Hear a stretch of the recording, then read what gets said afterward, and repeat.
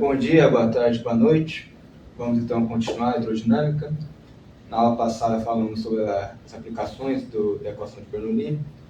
Então, continuando agora o tema, entrando no tópico de circulação, e agora vai predominar tópicos que não vão ter muita demonstração de equação, e sim mais teoria, texto e explicações, né?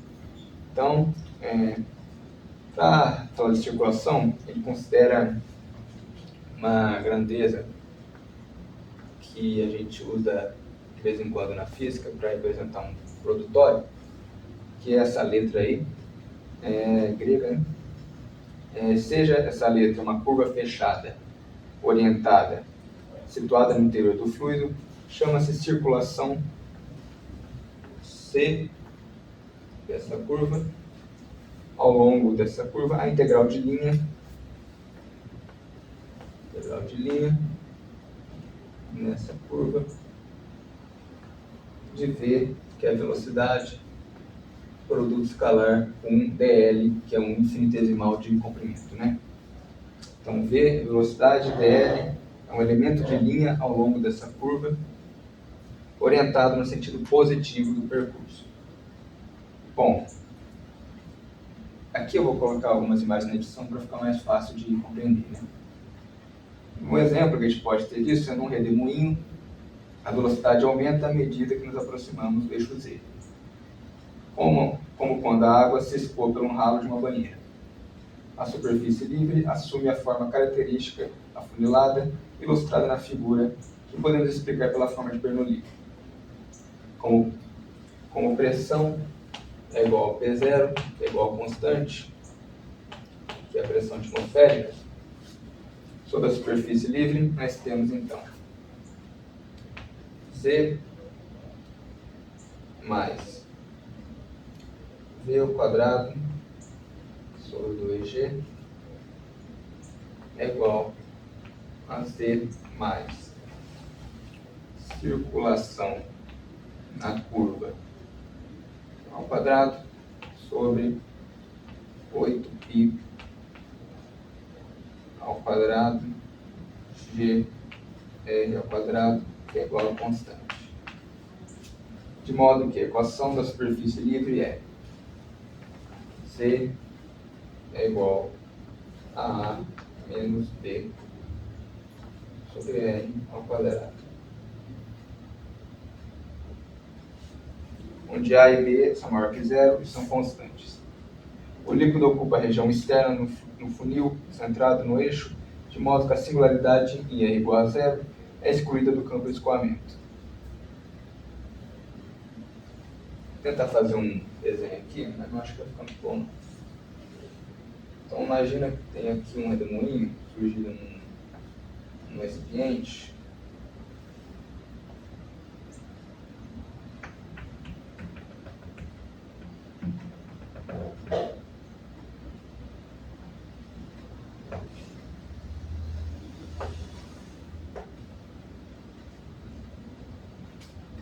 Aqui eu tenho um líquido.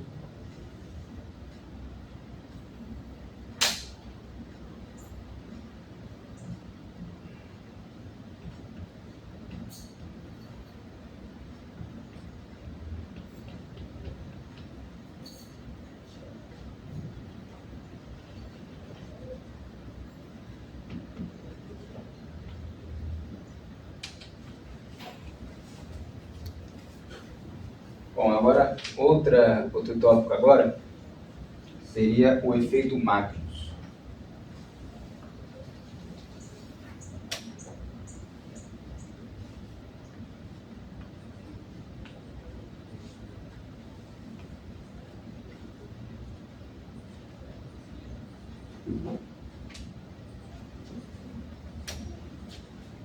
Se um cilindro é introduzido num campo de escoamento inicialmente uniforme, as linhas de corrente no escoamento em torno do cilindro têm um aspecto indicado na figura 2.21. Uma realização experimental aparece na figura 2.21d. A velocidade é maior na região onde as linhas de corrente estão mais juntas. A figura 2.21b mostra as linhas de corrente para uma circulação constante em torno do cilindro. A figura 2.21c mostra as linhas de corrente resultantes da superposição dos dois escoamentos. A velocidade de cada ponto é a soma vetorial das velocidades correspondentes no escoamento A e B.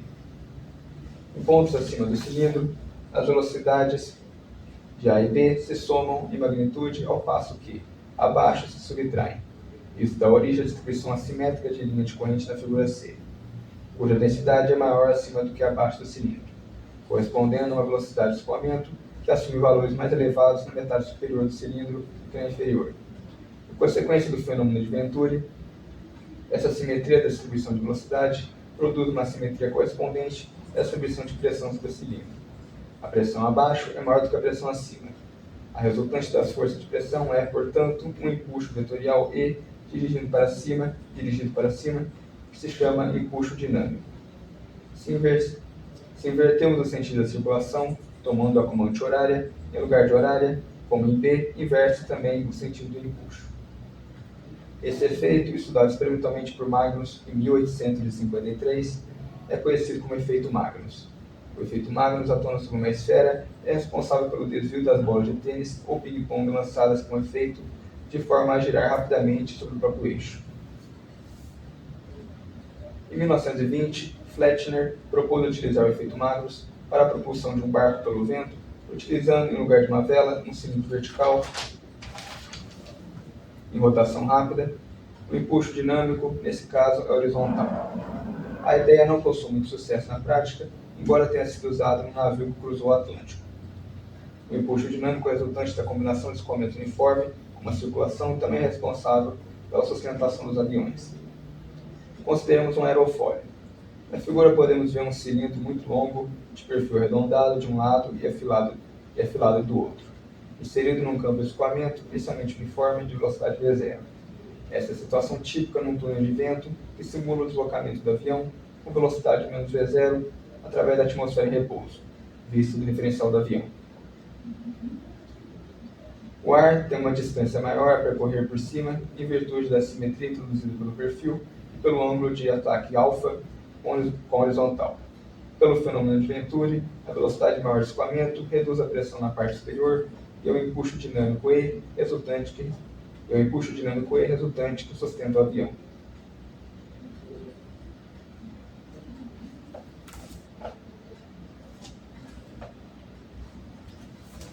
Então agora vamos falar um pouco sobre a conservação da circulação, que é o tema de vórtices.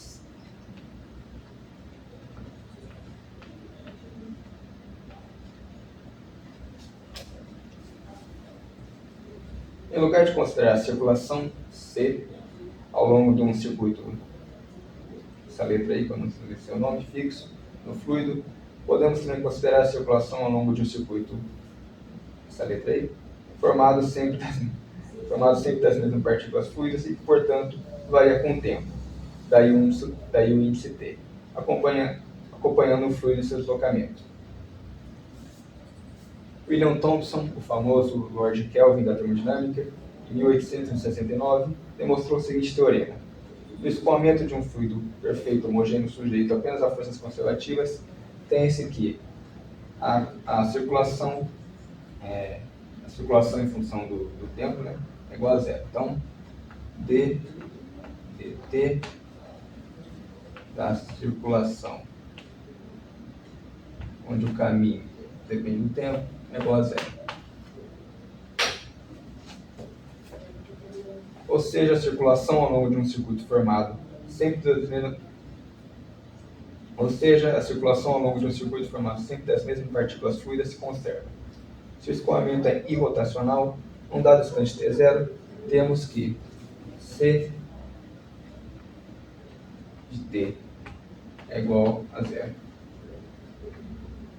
T0. Para qualquer circuito no fluido. A equação nos mostra, então, que nas condições do teorema o movimento permanece sempre irrotacional. Vórtices, também chamados de turbilhões ou redemoinhos, desempenham um papel importante nos escoamentos rotacionais. Combinando os escoamentos das figuras, obtemos um modelo de um filete de vórtice retilíneo. É constituído por um núcleo cilindro de raio R0 em que o fluido gira como um campo, em que o fluido gira como um corpo rígido, em torno do qual se superpõe o escoamento rotacional de circulação constante, onde a circulação é igual a 2π R0 quadrado ômega. A figura 2.24 mostra o perfil de velocidades linear na região do núcleo, onde V é igual a ômega-r,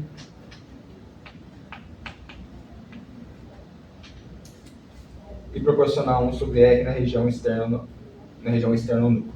O escoamento só é rotacional na região do núcleo e a circulação em torno do filete é constante. Um anel de vórtice pode ser pensado como um filete de vórtice cilíndrico que se enrola em forma de anel ou toro. O fluido circula em torno do anel enquanto esse se desloca. Um exemplo bem conhecido são os anéis de fumaça. Um deles, expelido em 2005 por um vulcão na Guatemala, aparece na foto. O teorema de Thomson e outros resultados análogos devidos a Helmholtz mostram que, no fluido perfeito, filetes, em particular anéis de vórtice, em seu deslocamento, são sempre formados pelas mesmas partículas fluidas e a circulação em torno deles se conserva. Esses resultados são relacionados com a lei de conservação do momento angular.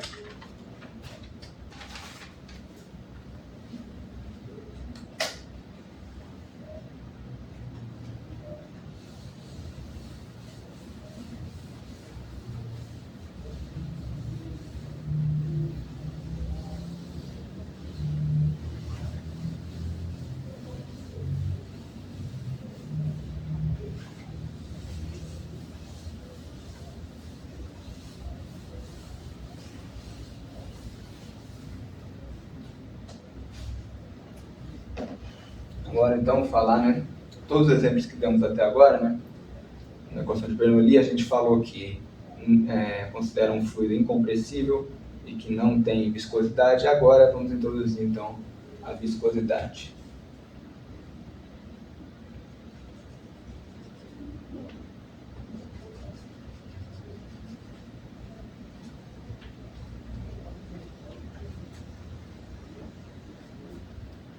A viscosidade é uma força volumétrica de atrito interno que aparece no deslizamento de camadas fluidas umas sobre as outras, dando origem a tensões tangenciais. Lembra que eu dei o exemplo na aula de hidrostática que um objeto colado na parede nos dois lados por uma cola. Essa cola, antes de secar, ela tem uma certa viscosidade que faz com que as camadas dela se descamem, como se fosse uma vela derretendo, por exemplo. Também. Então temos uma figura aqui, Se puxarmos a placa superior, a resistência viscosa do fluido é igual e contrária à força F. É um fato experimental que um fluido real, em contato com o sólido, permanece em repouso em relação à superfície de contato, de modo que é arrastado juntamente com ele. Assim, o fluido em contato com a placa superior se desloca também com velocidade V0. A placa inferior e o fluido em contato com ela permanecem em repouso. As camadas intermediárias não sendo arrastadas pelo atrito com velocidades decrescentes de cima para baixo. Então, podemos considerar que ele tem uma velocidade em y que depende de V0 vezes y sobre d na direção i, que é igual a um v de y na direção i. O escoamento se chama laminar porque o fluido se desloca em camadas planas paralelas ou lâminas que deslizam umas sobre as outras como carta de baralho. A tensão tangencial F sobre A, necessária para manter o deslocamento da placa superior com velocidade V0, é dada pela lei de Newton da viscosidade. Então nós temos aqui F sobre A é igual a μ, ou μ, letra grega por N, V0 sobre D é igual a μ dV dy.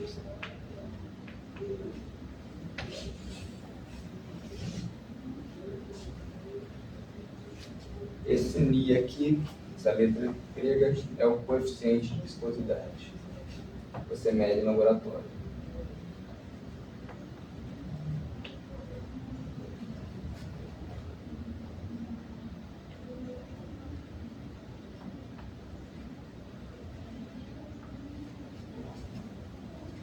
No sistema internacional, a unidade é Newton vezes segundo sobre metro quadrado. A unidade usual é o centipoise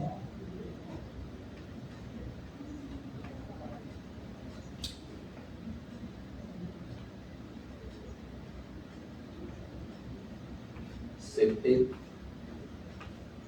e que 1 centipoise é igual a 10 a menos 2, né? Já que é centipoise, que é igual a 10 a menos 3 Newton vezes segundo por metro quadrado.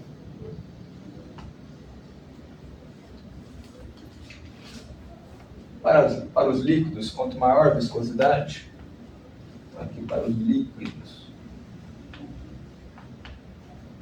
quanto maior o coeficiente de viscosidade, maior, obviamente, a viscosidade.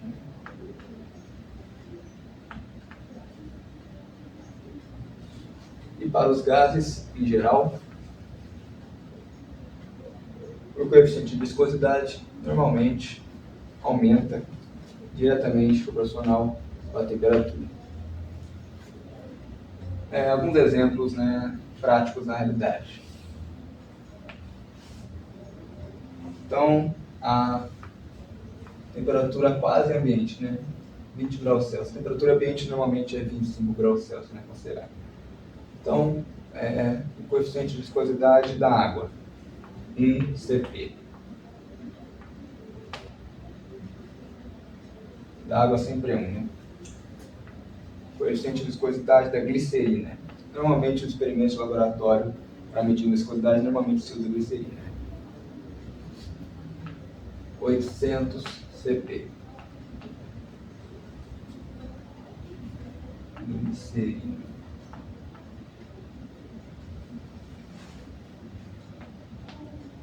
Coeficiente do peixe, que é aquele líquido ultra viscoso que eu falei na aula de hidrostática, né?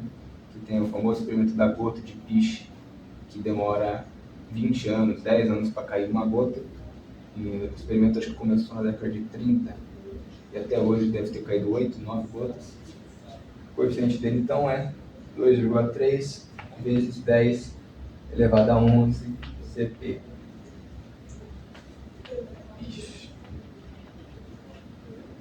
10 elevado a 6 é milhão, 10 elevado a 9 é bilhão, então está na ordem de 100 bilhões, né? Então 200 bilhões e 300 milhões, imagina, né? E do ar, né, tem que ser obviamente muito menor que da água, então 1,8 vezes 10 a menos 2 Cp do ar.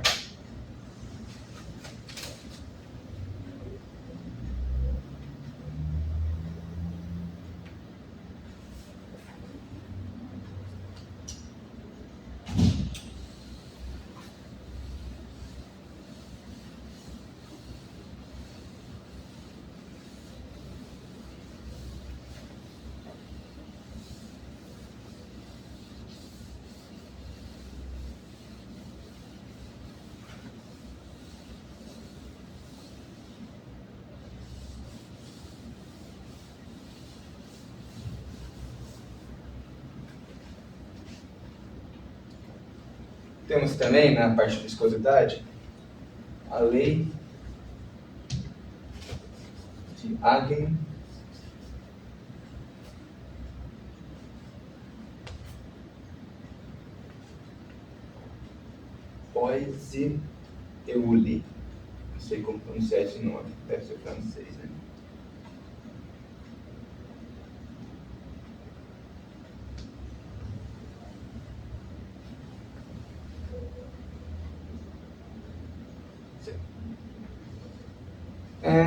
Consideremos o escoamento de um fluido viscoso através de uma tubulação cilíndrica de seção circular e raio A. Para velocidades de escoamento não muito grandes, o escoamento é laminar, com velocidade máxima no centro do tubo e decrescente até zero nas paredes. Podemos imaginar o fluido decomposto em camadas cilíndricas concêntricas de espessura infinitésima, ou seja, muito pequenas, que escorregam umas sobre as outras como tubos que se encaixam numa montagem telescópica. Então, a imagem aqui ilustra melhor, Em um regime estacionário, o fluido escoa através de uma porção de comprimento L sob o efeito de uma diferença de pressão P1 menos P2, onde P1 e P2 são as pressões nas extremidades. Sobre um cilindro fluido coaxial de raio R, atua uma força P1 menos P2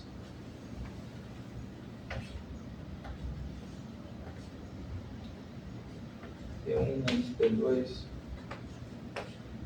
vezes πr ao quadrado, πr ao quadrado, a área do círculo, em razão dessa diferença de pressão. Como a área lateral do cilindro é 2πrl, essa força provoca uma tensão tendencial distribuída sobre a superfície de valor F sobre A é igual a P1 menos P2 e R ao quadrado sobre área lateral 2πrl, que é igual, então, quarto P, quarto R, P1 menos P2 sobre 2L vezes R.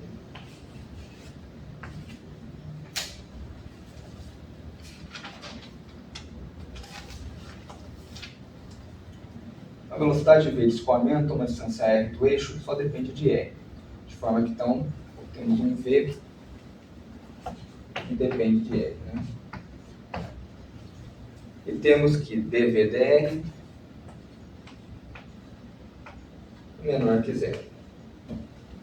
De modo que a lei de Newton fica, então, a lei de Newton da viscosidade, F sobre A é igual a menos coeficiente de viscosidade dV/dr. Juntando as equações 5 e 6, nós temos dV/dr é igual a menos P1 menos P2 sobre 2L coeficiente de viscosidade vezes R. Agora, integrando ambos os membros em relação a R, num dado valor até A, e lembrando que a velocidade se anula nas paredes, temos então que, integrando de R a A, aqui vou botar a linha, dr linha igual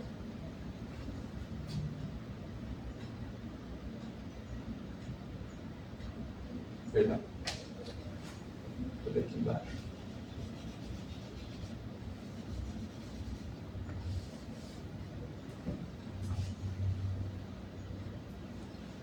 integral de R a dV dr linha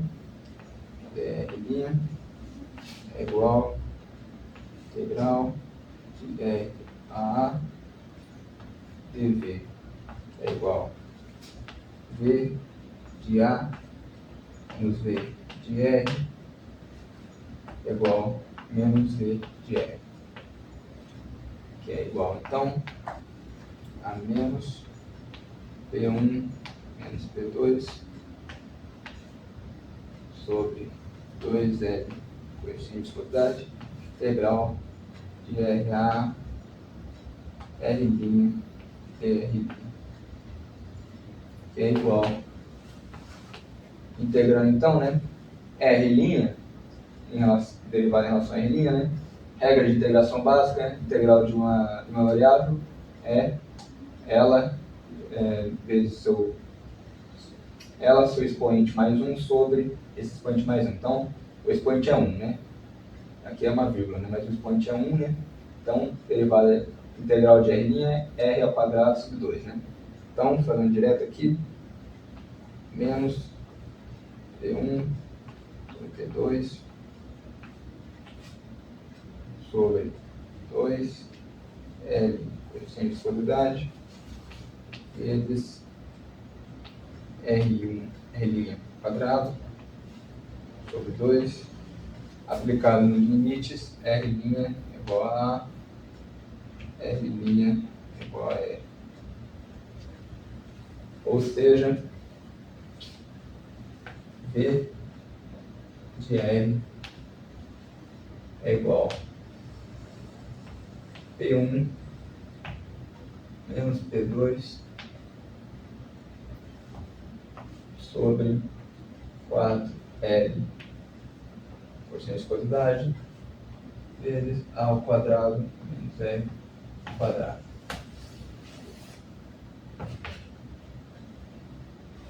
Essa função tem uma cara de uma parábola de V de R em função de R. Então, imagine uma parábola, só que não no eixo Y, né? Então, eu tenho aqui várias linhas de fluido, né?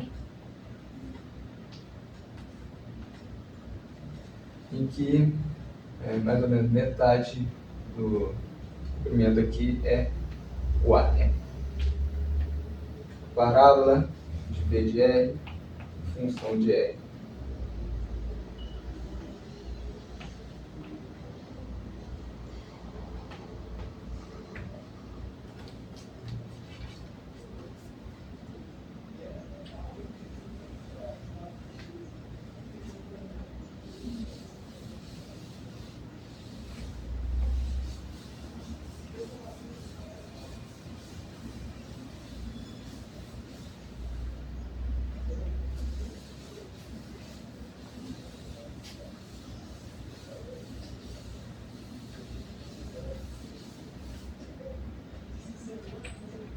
Para calcular a vazão total Vzão, ou seja, o volume que se escoa por unidade de tempo através da seção do tubo, consideremos primeiro a contribuição dV associada à porção compreendida entre 2 cilindros de raio R e R mais dR. Então, imagine aqui um cilindro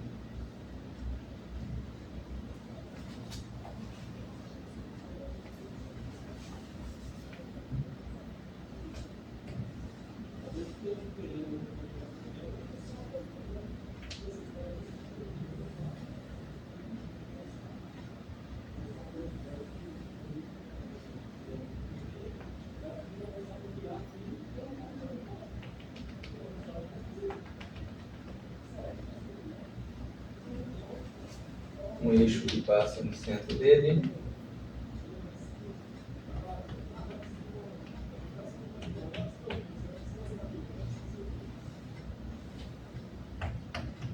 Essa distância aqui é R mais dR.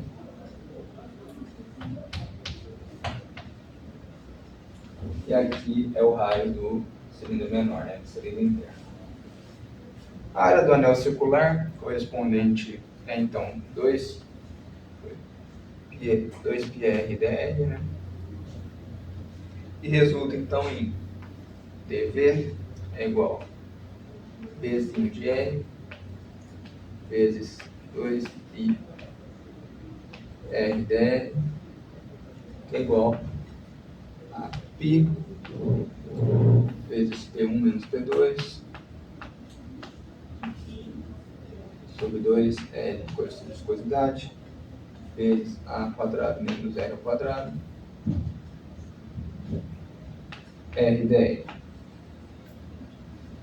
Integrando isso aqui entre R igual a 0 e R igual a A, nós temos a vazão é π vezes P1 menos P2 sobre 2L mi, coeficiente de viscosidade, né? Integral de 0 a A de A ao quadrado menos R ao quadrado, R dr. Isso aqui nada mais é que A ao quadrado vezes A ao quadrado sobre 2 menos A quarta sobre 4, que é igual então a A quarta sobre 4. De modo então que a vazão é π A quarta sobre 8 coeficiente de viscosidade vezes P1 menos P2 E0.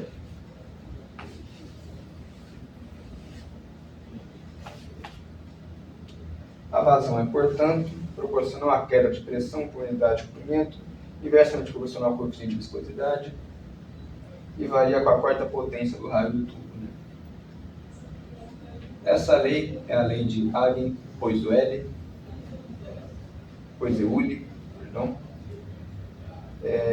obtida experimentalmente por Hagen e Poiseuille entre 1839 e 1846. Poiseuille, que também era médico, estava investigando o escoamento de sangue através de um capilar. Uma de suas aplicações práticas importantes é medir o coeficiente de viscosidade, determinando a vazão através de um tubo em regime de escoamento laminar.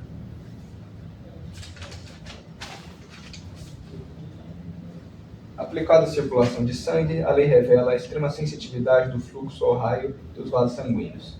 Uma vasoconstrição por um fator 2 diminui a vazão por um fator 16. Na realidade, o escoamento não é bem laminar e o sangue não é um fluido homogêneo. 40 a 45% do seu volume é formado por hemácias, cujo diâmetro é comparável de um vaso sanguíneo. É comparável ao de vasos sanguíneos típicos, cujas paredes não são tão rígidas, essas mais flexíveis.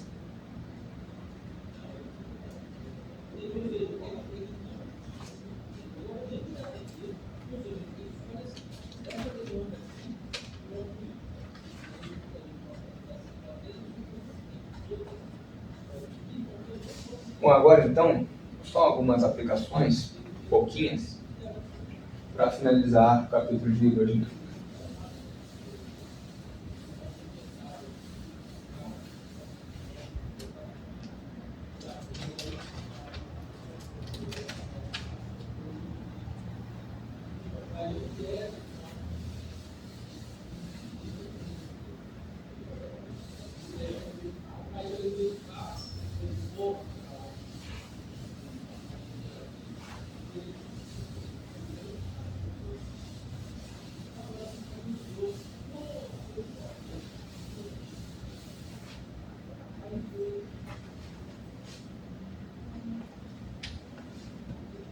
Então, mais duas aplicações só. Temos então agora o famoso, não tão famoso assim, mas quem é da física já ouviu falar um pouco, é o número de Reynolds.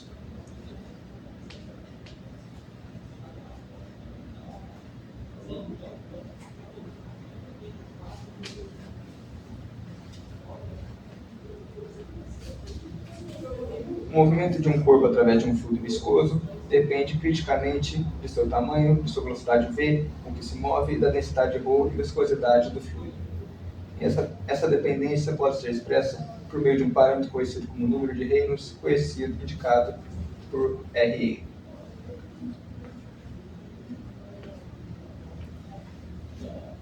Para um corpo de tamanho A, que se desloca a uma distância igual ao seu tamanho, a massa de fluido deslocada é proporcional a ρ ao cubo, e a energia cinética é proporcional a ρ ao cubo ao quadrado, que mede a resistência inercial oposta pelo fluido ao deslocamento. A resistência de atrito para velocidades não muito grandes é proporcional a V, como vimos para a resistência do ar na queda de um corpo e também ao coeficiente de viscosidade. O coeficiente de atrito correspondente é proporcional ao coeficiente de viscosidade vezes A, ele pode ser calculado explicitamente para uma esfera. Assim, a resistência de atrito é F proporcional a coeficiente de viscosidade, AV, e para o deslocamento A energia dissipada pelo atrito é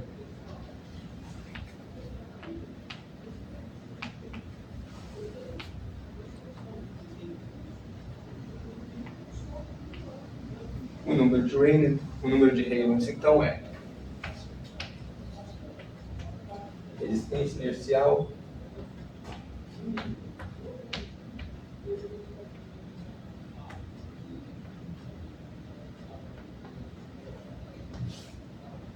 sobre a resistência de atrito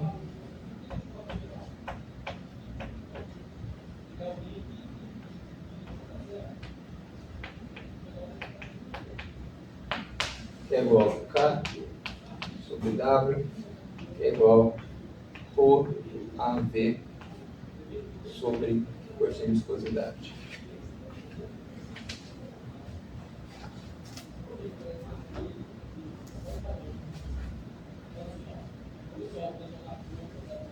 Para coeficiente de viscosidade pequeno, por exemplo, da água, que é igual a 1, confina-se a uma camada muito delgada junto à superfície do obstáculo, de espessura muito menor do que as do obstáculo. Nessa camada limite, cuja existência foi sugerida por Prandtl em 1904, a velocidade varia rapidamente, de zero na parede até um valor característico do escoamento no seio do fluido. Para velocidades de escoamento suficientemente baixas, a camada limite permanece colada ao obstáculo. Para fora dela, continua sendo irrotacional. Para velocidades de escoamento mais elevadas, a camada limite se desloca entre aspas do obstáculo, em pontos como A e B na figura, e forma-se uma esteira, onde aparece vórtices, trazendo um refluxo em direção ao obstáculo. Continuando a aumentar a velocidade de escoamento, verifica-se que os vórtices se destacam e começam a ser arrastados pelo fluido. À medida que isso acontece, novos vórtices se formam na esteira do obstáculo e vão se destacando do seu turno, criando fileiras de vórtices atrás do obstáculo. O regime de escoamento deixa então de ser estacionário. Para velocidades ainda maiores, o escoamento na esteira do obstáculo se torna turbulento. O movimento é extremamente irregular e aparentemente caótico. As linhas de corrente se emaranham e variam a cada instante. Um exemplo astronômico de escoamento turbulento é a grande mancha vermelha na atmosfera de Júpiter, uma tempestade persistente de tamanhos maiores que a Terra. E por fim, então, uma aplicação na biologia.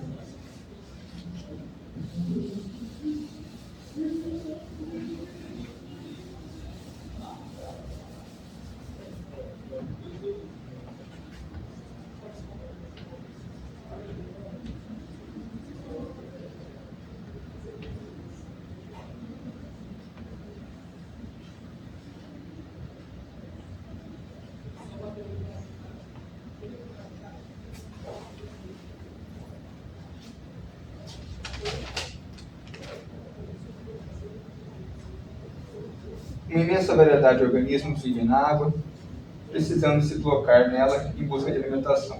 A estratégia empregada para o deslocamento depende crucialmente do número de Reynolds associado.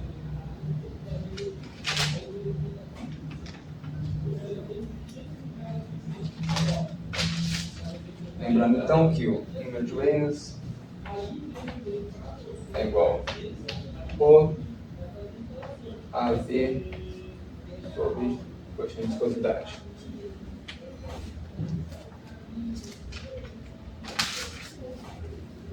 Nessa expressão, para a água, a temperatura ambiente, Rho é mais ou menos 10 a terceira quilos por metro cúbico. E o coeficiente a gente já sabe que da água é mais ou menos 1 CP, 1 centipoise, que é mais ou menos 10 elevado a menos 3 Newton vezes segundo por metro quadrado. Assim, o número de Reynolds, então, ele tem, fazendo a análise dimensional, né? Ele tem A, que é em metros, velocidade, que é metros por segundo, por coeficiente de viscosidade, que é então da ordem de 10 a menos 6 metros por segundo quadrado.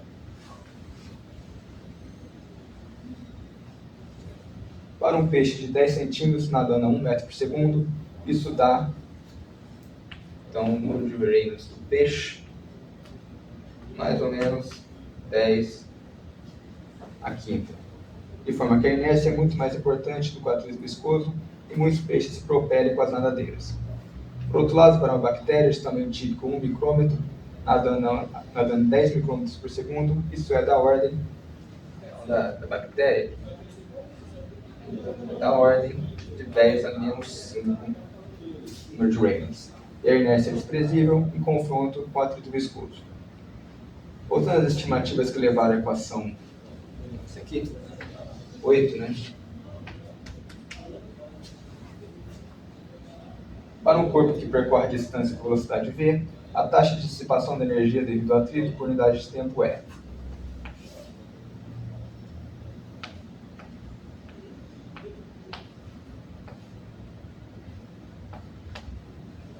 mais ou menos coeficiente de velocidade vezes a ao quadrado v sobre a sobre v, que é nada mais que coeficiente de viscosidade a v ao quadrado.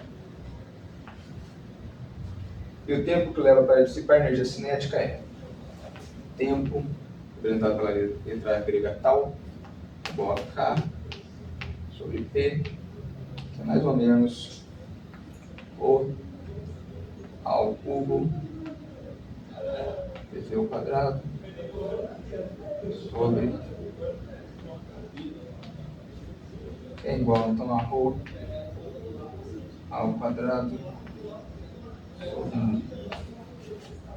sobre o coeficiente de viscosidade.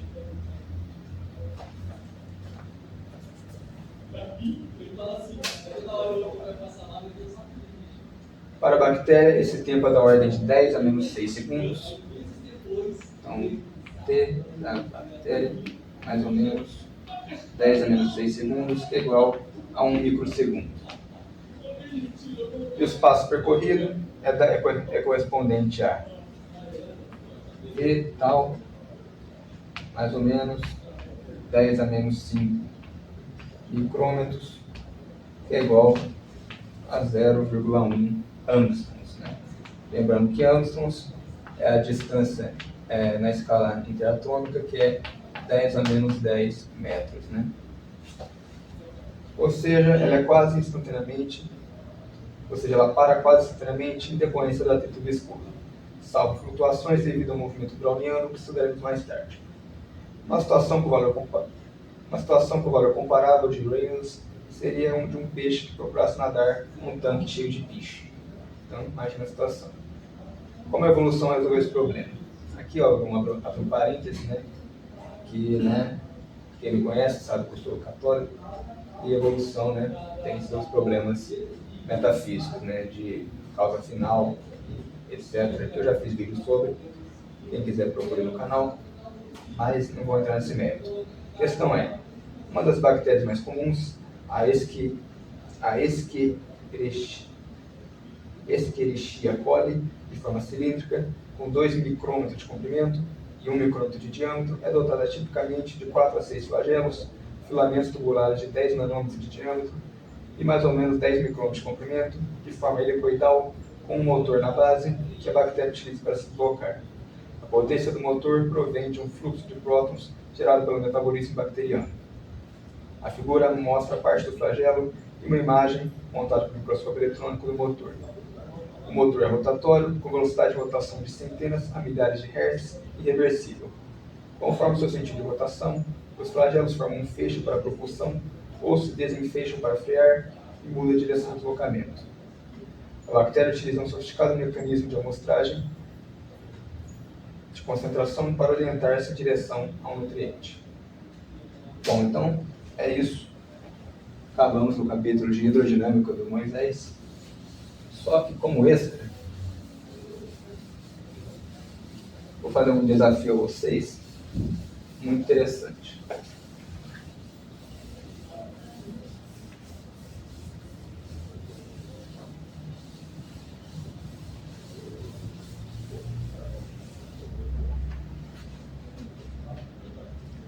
Existe na hidrodinâmica uma equação chamada equação de Navier-Stokes.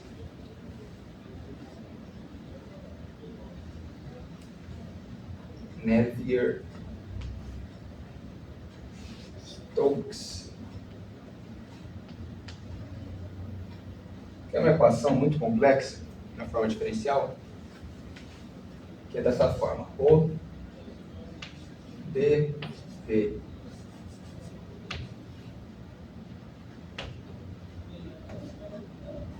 dt é igual a menos gradiente de pressão mais o G mais μ laplaciano de V. Esse aqui é um gradiente de pressão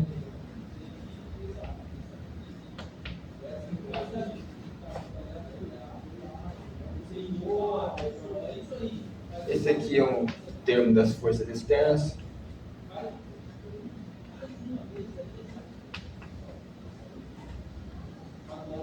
que agem no fluido, né? Então, as forças externas no fluido, principalmente força gravitacional e força eletromagnética.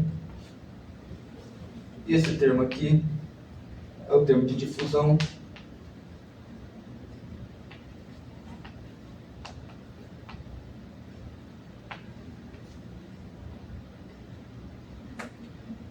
para um fluido newtoniano.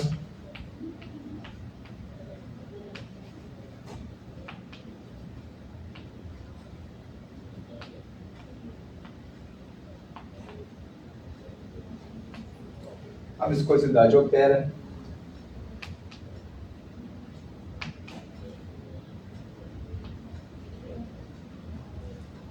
como um difusor de momento.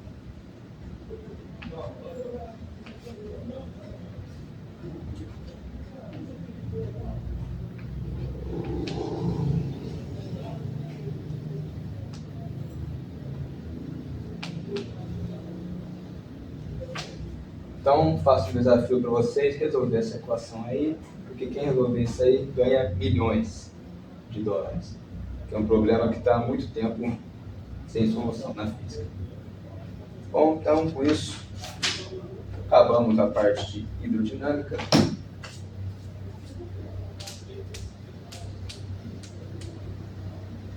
Obrigado a todos que assistiram, até mais.